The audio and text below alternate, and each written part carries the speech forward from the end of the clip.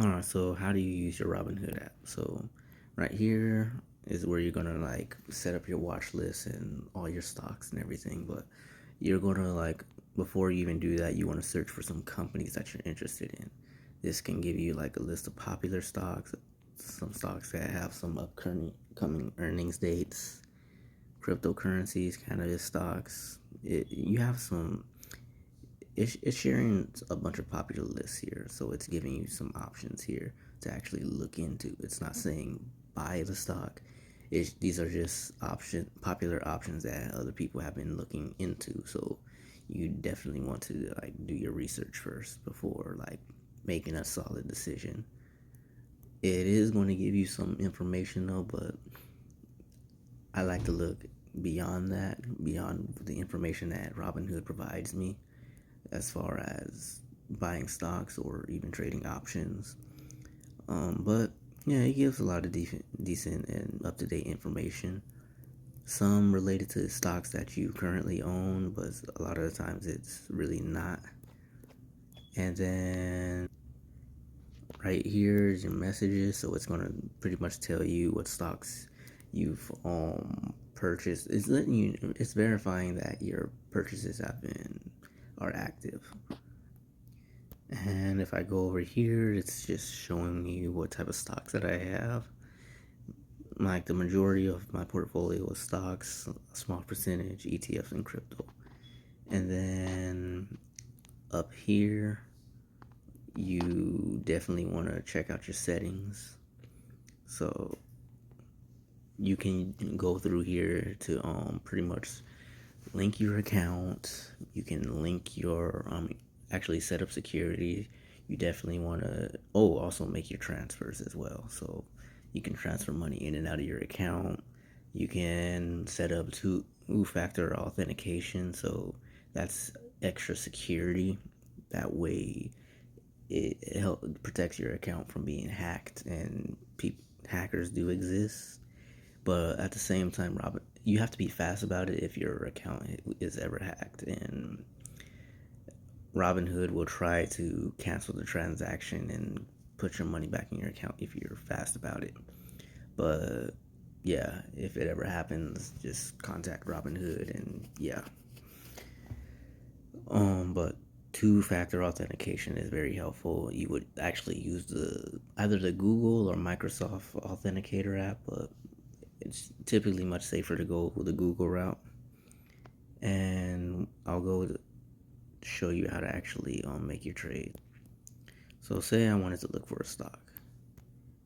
We can say Snap. You want either the name or you want the symbol. So we know Snap is Snapchat. So it's giving you all the statistics and data for it. It's showing you analyst ratings, what people are actually doing, are they buying, they're holding. It's telling you what their earnings have been like as well, and like history of purchases. But if I wanted to buy or sell, I can do that here, and it's gonna automatically tell me how much I'd be spending for X amount of shares, how much money I need to add to my account. So, and that's going by its current purchase price. And then if you go up here, you can set up fractional shares or a whole share in the stock.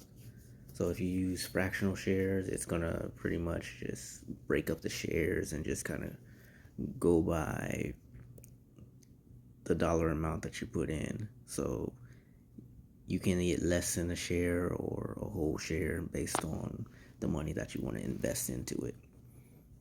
And yeah, it's going to teach you about all the different types of orders that exist if you're trying to create condition orders for specific stocks. But yeah, you would come here to actually set that up. And then if you wanted to set a schedule, you can pick one and set that up too, or just set up a regular recurring investment directly from your bank account if you wanted to, and set it for a specific date if you wanted to. And can set up options as well. So you trade options right here. So you can buy or sell a call or set it to a put, and then you can buy or sell a put. So as far as this is concerned, actually, I think I'll make a separate video on actually how to use options. But this is how you get to the options menu. But yeah, you can buy and sell options, or you can just buy the stock. And then as far as looking at the charts, you have the weekly, monthly, 3 months, 1 year, 5 year, and then you could set it to view candlesticks or just a line chart. Personally, I like the candlesticks. I like, especially since I use technical analysis. Not everyone uses that, but at the same time, it is easier to use it on the computer. You want to view your chart from the computer, whether it's Robinhood or a different source like TradingView.